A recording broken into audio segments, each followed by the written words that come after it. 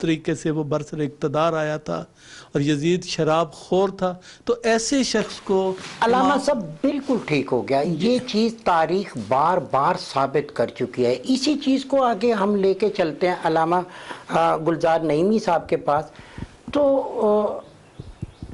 گلزار صاحب ایک چیز ہم دیکھتے ہیں کہ ہر سال محرم کے دنوں میں یا پورا سال محفلیں ہوتی ہیں، ان میں صحابہ کا ذکر ہوتا ہے، اس میں امام کا ذکر ہوتا ہے، اتحاد بین المسلمین کی بات ہوتی ہے، لیکن اس کے باوجود وہ مثالی کردار ہمیں نظر کیوں نہیں آتا؟ انسان کو بیدار تو ہو لینے دو، ہر قوم پکارے گی ہمارے ہیں حسین۔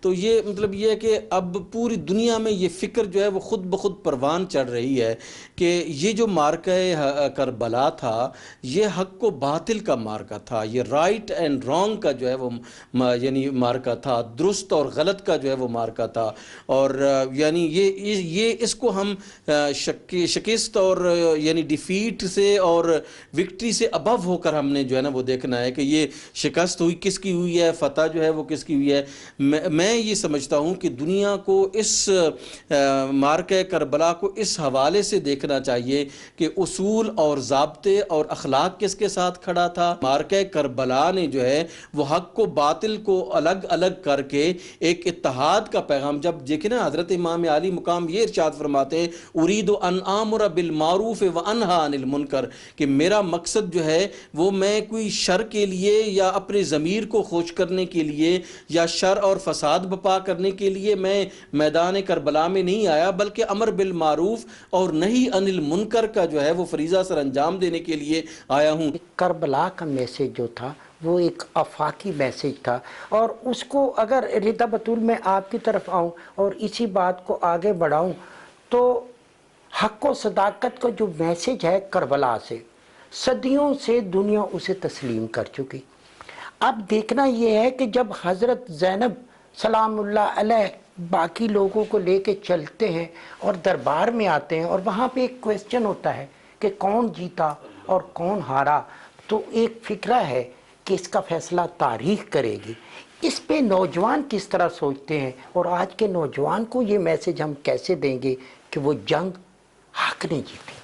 اللہ کی کتاب تو سب کی ہے، اللہ کہہ رہا ہے کہ تفرقے کو مت پھیلاؤ، پھر رسول اس آیت کی تشریح کرتے ہیں، کہتے ہیں کہ وَاعْتَصِمُوا بِحَبْلِ اللَّهِ جَمِيعًا وَلَا تَفَرَّقُوا۔ وہ رسی کون سی رسی ہے؟ ہم اہل بیت علیہ السلام ہیں۔ وہ رسی ہماری جیسی رسی ہے کہ جس کو تھام کر تم خدا تک پہنچ سکتے ہو۔ اب اس رسی کی مثال کون ہے؟ رسول خدا۔ پھر رسول خدا کے دور کو دیکھ لیجئے، ایسا دور کہ جس کے بارے میں کیا خوبصورت جملے ملتے ہیں کہ رسول جب بھرے مجمع سے گفتگو کر رہے ہوتے تھے تو ہر انسان کی نظر میں یہ ایک خوبصورت احساس ہوتا تھا کہ رسول ہم سے بات کر رہے ہیں، رسول ہم سے گفتگو کر رہے ہیں۔ اب اس مجمع میں عیسائی بھی ہو سکتا ہے، اس مجمع میں مسلمان بھی ہو سکتا ہے، اس مجمع میں ہر قسم کا، ہر فرقے کا تعلق رکھنے والا اس وقت فرد موجود تھا۔ رسول نے یہ پیغام دیا ہے اور امت مسلمہ کو ایک جھنڈے کے نیچے جمع کر کے بتایا ہے کہ اے لوگوں، تفرقہ کسی چیز میں نہیں ہے، میں تمہیں حق کی دعوت دے رہا ہوں، اسلام کی دعوت دے رہا ہوں، بتا رہا ہوں کہ اس چیز میں کوئی تفرقہ بازی نہیں ہے۔ اب جب رسول اتنا خوبصورت پیغام دے رہے ہیں، اسی کے ساتھ میں رسول کی ایک حدیث کی طرف جانا چاہوں گی جس میں کہا کہ حسین منی و انا من الحسین، حسین مجھ سے ہے اور میں حسین سے ہوں۔ کیوں یہ پیغام دے رہے ہیں؟ اسی امت مسلمہ کو جس میں ہر فرقے کا انسان بیٹھا ہے، اسی اجتماع میں کہ جس میں ہر نسل کا انسان موجود ہے، اجمی بھی ہے، غریب بھی ہے، کالا بھی ہے، گورا بھی ہے، لیکن رسول کیا کہہ رہے ہیں؟ اے تمام دیکھنے والے لوگوں، جان لو کہ میں ایک پیغام دے رہا ہوں، وہ کیا ہے؟ حسین منی و انا من الحسین۔ مت سمجھنا کسی مقام پر آ کر کہ حسین اگر کبھی حق کے لیے آواز کو بلند کر رہا ہے تو وہ مجھ سے جدا ہو کر رہا ہے۔ بہت خوبصورت جملے ہیں جی، بہت خوبصورت ان حالات کی عکاسی ہے جو رضا بطول کر رہی تھی۔ علامہ صاحب ایک چیز ہم دیکھتے ہیں کہ اس وقت صدیوں پہلے بھی جب حکمران تھے اور امام علی مقام کو بیعت کے لیے مجبور کر رہے تھے، انہوں نے بیعت نہیں کی کیونکہ وہ سمجھتے تھے کہ یہ جھوٹا ہے، یہ غلط ہے۔ تو اس وقت کی بڑی طاقتیں ان کے پاس تھیں، لیکن کہیں بھی ان کی فیور میں ہمیں لکھا ہوا نظر نہیں آتا. تو اس کا مطلب ہے کہ اس وقت بھی تمام قوتیں یہ تسلیم کرتی ہیں کہ حسین ہی ٹھیک ہے، حسین ہی سب کچھ ہے، حسین ہی سب کا ہے. آپ نے صحیح کہا کہ جب خط پہنچا ہے یزید کی طرف سے ولید بن عتبہ کو، جو اس وقت گورنر تھا وہاں پہ مدینہ میں، تو اس خط میں لکھا تھا چند لوگوں نے بیعت نہیں کی تھی، حضرت عبداللہ ابن زبیر نے اس وقت تک، اور عبداللہ ابن عمر نے، اور امام حسین ابن علی نے بھی بیعت نہیں کی تھی. تو انہوں نے لکھا کہ ان سے بیعت لے کے جو ہے مجھے بھیجو، اور اگر یہ بیعت نہ کریں تو ان کا سر آنا چاہیے. تو جس وقت خط پہنچا ہے تو شام رات کا وقت ہو گیا تھا، اسی وقت اپنا مدینہ کے گورنر نے آپ کو بلا بھیجا. جب آپ پہنچے اور اس نے اپنا مقصد بیان کیا تو آپ نے فرمایا انا نحن اہل بیت النبوہ و معدن الرسالہ و مختلف الملائکہ و محبت الوحی، کہ ہم وہ ہیں کہ جو اہل بیت نبوت ہیں، اور ہم وہ ہیں کہ آپ نے فرمایا نحن اہل بیت النبوہ و معدن الرسالہ، رسالت کی کان ہیں، ہمارے گھروں میں فرشتوں کا آنا جانا ہے، محبت اور مرکز وحی ہمارا گھرانہ ہے. تو آپ نے یہ بتا دیا کہ یزید کیا ہے اور میں حسین کون ہوں. یہ وہ حقیقتیں تھیں امام حسین کے بارے میں جو سب مسلمان جانتے تھے. آپ وہاں سے نکلے، پھر آپ مکہ تشریف لے گئے، پھر آپ وہاں سے جب کربلا میں پہنچے ہیں تو وہاں بھی آپ نے یہ حقائق بیان کیے. آپ نے کہا کہ کیا تم تک میرے بھائی اور میرے بارے میں رسول اللہ کا یہ فرمان نہیں پہنچا کہ الحسن والحسین سیدہ شباب اہل الجنہ، کہ حسن حسین جوانان جنت کے سردار ہیں. انہوں نے کہا کیا پھر بھی تم مجھے قتل کر دو گے؟ فرمایا کہ کیا تم نہیں جانتے کہ کسی رسول کی بیٹی کا کوئی بیٹا میرے علاوہ اس زمین پر موجود نہیں؟ تم پھر بھی مجھے قتل کر دو گے؟ کیا تم لوگوں نے مجھے نہیں بلایا تھا اور آج میں تمہارے پاس آیا ہوں، اب تم مجھے قتل کرنے کے درپے ہو؟ پھر آپ نے فرمایا کیا میں نے تمہارا کوئی قتل کر دیا ہے کہ جس کے بدلے میں تم مجھے قتل کر؟ انہوں نے کہا کہ بھئی ہمیں تمہاری باتیں سمجھ ہی نہیں آ رہی. اب یہ ان کی کمزوری آپ دیکھیں. تو ہم تم سے صرف یہ کہتے ہیں کہ بیعت کرو یزید کی ورنہ ہم تمہیں قتل کر دیں گے. ان کے موقف کی کمزوری اور امام حسین کے موقف کی مضبوطی ہے جس نے ساری امت کو امام حسین کے ساتھ جوڑ دیا. ایگزیکٹ، بالکل ٹھیک ہے، بالکل صحیح ہے علامہ صاحب. آج اسی درس کو لے کے، اسی سبق کو لے کے نعیمی صاحب ہم آگے بڑھ رہے ہیں. تو وہ جو کربلا کا درس تھا وہ تو آج بھی ہماری ضرورت ہے. ہمیں آج بھی اسی درس کو لے کے، اسی سبق کو لے کے، اسی سچائی کو لے کے آگے جانا ہوگا. کیا اقدامات ہمیں کرنے ہوں گے کہ ہمیں ایک ایسا ماحول ملے جو انسانیت کا ماحول ہو، فرقہ واریت سے پاک ہو، اور اس کے لیے ہم نے سب نے سر جوڑنا ہوگا. کچھ تجاویز ہیں اس کے لیے؟ آپ نے بہت اہم سوال کیا اشوانی صاحب، اور وقت کی ضرورت ہے، بطور خاص پاکستان کی ضرورت ہے اور عالم اسلام کی ضرورت ہے کہ ہم جو یہ شیعہ سنی ٹیگز ہیں ان سے نکل کر جو ہے وہ جو صبغت اللہ ہے، اللہ کا رنگ ہے، سب شیعہ سنی اللہ کے رنگ میں جو ہے وہ رنگے جائیں. اور ایک اللہ ہمارا ایک ہے، ہمیں بھی ایک ہونا چاہیے. قرآن ہمارا ایک ہے، ہمیں بھی ایک ہونا چاہیے. نبی ہمارا ایک ہے، ہمیں بھی ایک جو ہے وہ ہونا چاہیے. یہ ایک ایسی وحدانیت ہے اور جو اکائی ہے جس کو ہمیں سمجھنے کی ضرورت ہے. آج اغیار جو ہیں وہ ہمیں ٹکڑوں میں تقسیم کر کے جو ہے وہ ہماری جمعیت کو ختم کر رہے ہیں اور کرنا چاہ رہے ہیں. ہمیں شیعہ سنی فسادات میں الجھا کر جو ہے وہ ہمارے ملک کو کمزور کرنا چاہتے ہیں. وہ ہمارے ریاستی ادارے جو ہمارے اس ملک کی جو ہے وہ بقا کی ضمانت ہیں، ہم نے ملک کی جو سالمیت ہے اس کی طرف جو ہے وہ ہم نے جانا ہے. ہمیں فوج کے جو ہے نا وہ دست و بازو بننا چاہیے، ہمیں حکومت کا دست و بازو بننا چاہیے. تو ہماری جو شناخت اسلام کی شناخت ہے، ہماری جو شناخت مسلمان ہونے کی ہے، اس شناخت کی طرف جو ہے وہ ہمیں آنا چاہیے. اللہ سبحانہ و تعالیٰ نے ہمارا نام شیعہ اور سنی نہیں رکھا ہے. قرآن کہتا ہے وَسَمَّاكُمُ الْمُسْلِمِينَ، اس نے تمہارا نام مسلمان رکھا ہے. علامہ صاحب کی بات کو میں رضا آپ کے پاس لے کے آتا ہوں کہ جب آپ کسی بھی معاشرے میں انقلاب لانا چاہتے ہیں، جس طرح موجودہ حکمرانوں کی یہ بات ہے اور اس پہ عمل بھی ہم دیکھتے ہیں کہ ہم ریاست مدینہ کا ایک نمونہ یہاں پہ دینا چاہتے ہیں. تو اس کے لیے جب بھی کسی معاشرے میں انقلاب کی ضرورت پڑتی ہے تو نوجوان کی ضرورت پڑتی ہے، وہی انقلاب کا پیش خیمہ ہوتے ہیں۔ آج نوجوان کو زیادہ میسج دینے کی ضرورت ہے کہ وہ اپنا کردار ادا کرے اور فرقہ واریت سے نکل کر استقامت کی طرف جائے، اتحاد کی طرف جائے۔ بہت خوبصورت آپ کا سوال، اور اس کا جواب بھی اتنا ہی خوبصورت ہونا چاہیے۔ میں کہتی ہوں یہ ذمہ داری جو نوجوان نسل کی ہے کہ جس میں انہیں اتحاد کے قریب ہونا ہے، تو میں کہتی ہوں اتحاد ایک ایسا خوبصورت لفظ ہے جس کے بارے میں علماء لکھتے ہیں کہ یہ ایک معصوم احساس ہے، معصوم، اور ہر انسان کے دل کی تڑپ ہے۔ وہ ہر انسان کہ جو گھر میں بیٹھا ہے یا کسی بھی جگہ پر بیٹھا ہے وہ چاہتا ہے کہ اتحاد پیدا ہو۔ نوجوان نسل چاہتی ہے کہ یہ جو سنی شیعہ کا یہ جو ایک چلا آ رہا ہے یہ ختم ہو جائے، لیکن سنی شیعہ کا یہ جو ایک نظریہ چلا آ رہا ہے یہ کون ختم کر سکتا ہے؟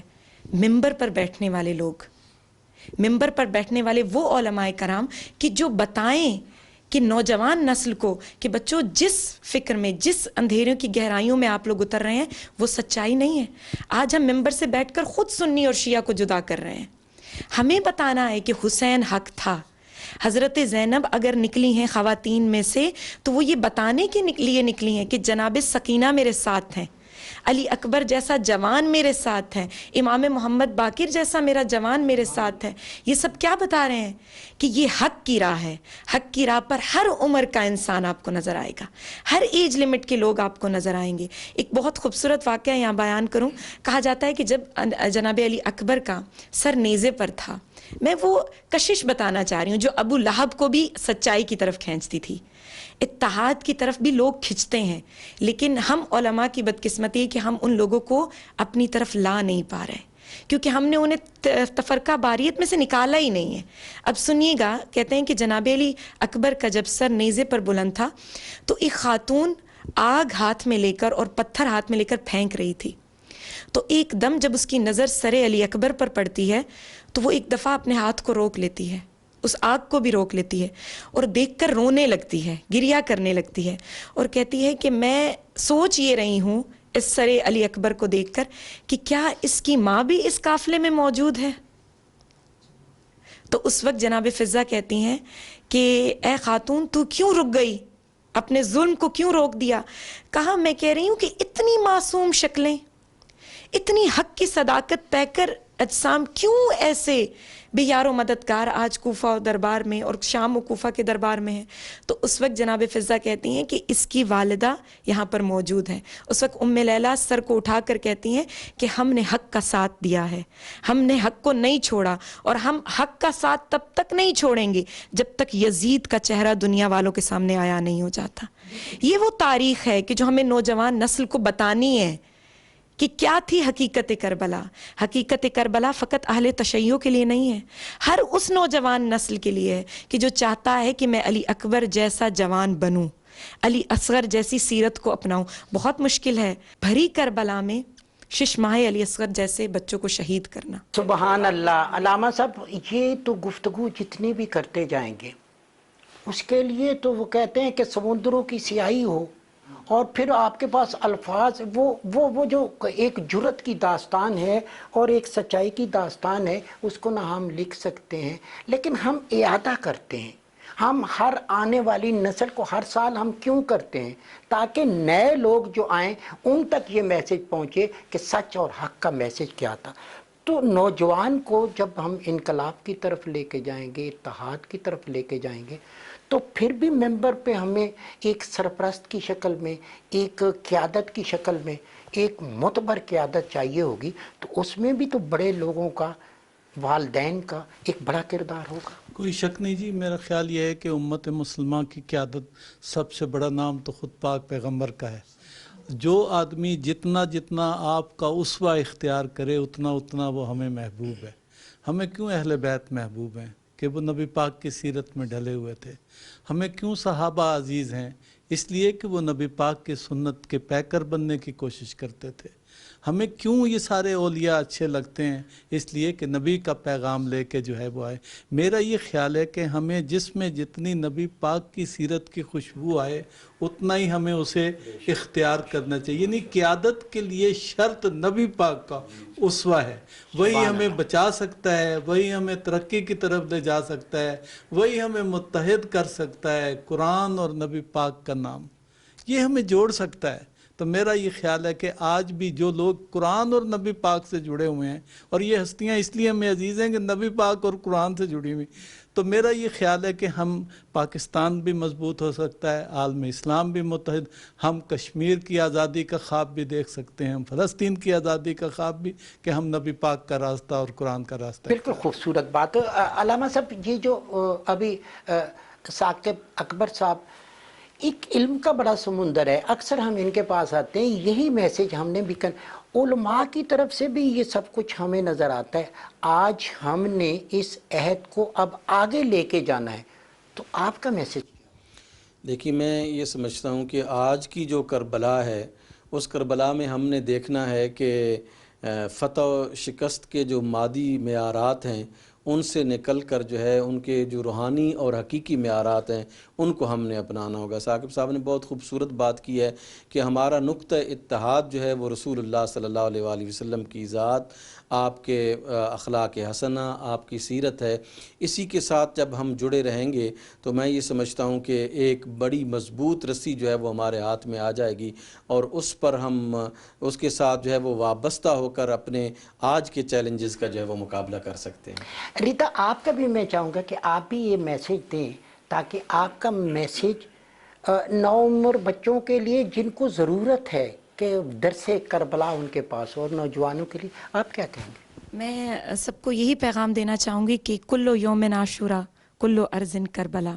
اس وقت ہر جوان کو چاہیے کہ وہ ایک دفعہ، کیونکہ پروردگار نے ہمارے رشتوں کے علاوہ ایک اور رشتہ بھی بنایا ہے جو مسلمان کا رشتہ ہے، اور ہم جوان نسل ہی ہیں کہ جو بتا سکتی ہیں کہ اس سرزمین کربلا کا دفاع کیسے کرنا ہے۔ علامہ صاحب، میں بہت مشکور ہوں آپ کا۔ میرا بہت دل کرتا ہے کہ میں یہ ساری باتیں سنتا رہوں اور سناتا رہوں، لیکن وقت کی مجبوری ہوتی ہے۔ لیکن بہت خوبصورت علامہ صاحب، آپ نے جس طریقے سے آج ہمیں میسیج دیا اتحاد کا، یہ وقت کی ضرورت ہے، اور ردا آپ نے نوجوانوں کے لیے بڑے خوبصورت میسیج۔ ناظرین، جہاں پہ میں نے اپنے مہمانوں کا شکریہ ادا کیا، وہیں پہ آپ کا بھی شکریہ ہے، اسی لیے کہ آپ نے کربلا کا درس ایک مرتبہ نہیں کئی مرتبہ سنا۔ اب اس پہ عمل کی ضرورت ہے۔ قربانی کی وہ داستان جو صدیوں پہلے تھی، آج بھی اسی طرح زندہ ہے۔ آپ نے کتنے خوبصورت لفظ یہ سنے ہوں گے، یہی میسیج ہے کہ قتل حسین اصل میں مرگ جزیز ہے، اسلام زندہ ہوتا ہے ہر کربلا کے بعد۔ اسی کے ساتھ ہی عصمت ہاشوانی کو ٹیم کے ساتھ دیجیے اجازت۔ بہت جلد آپ سے دوبارہ ملاقات ہوگی۔ اللہ نگہبان۔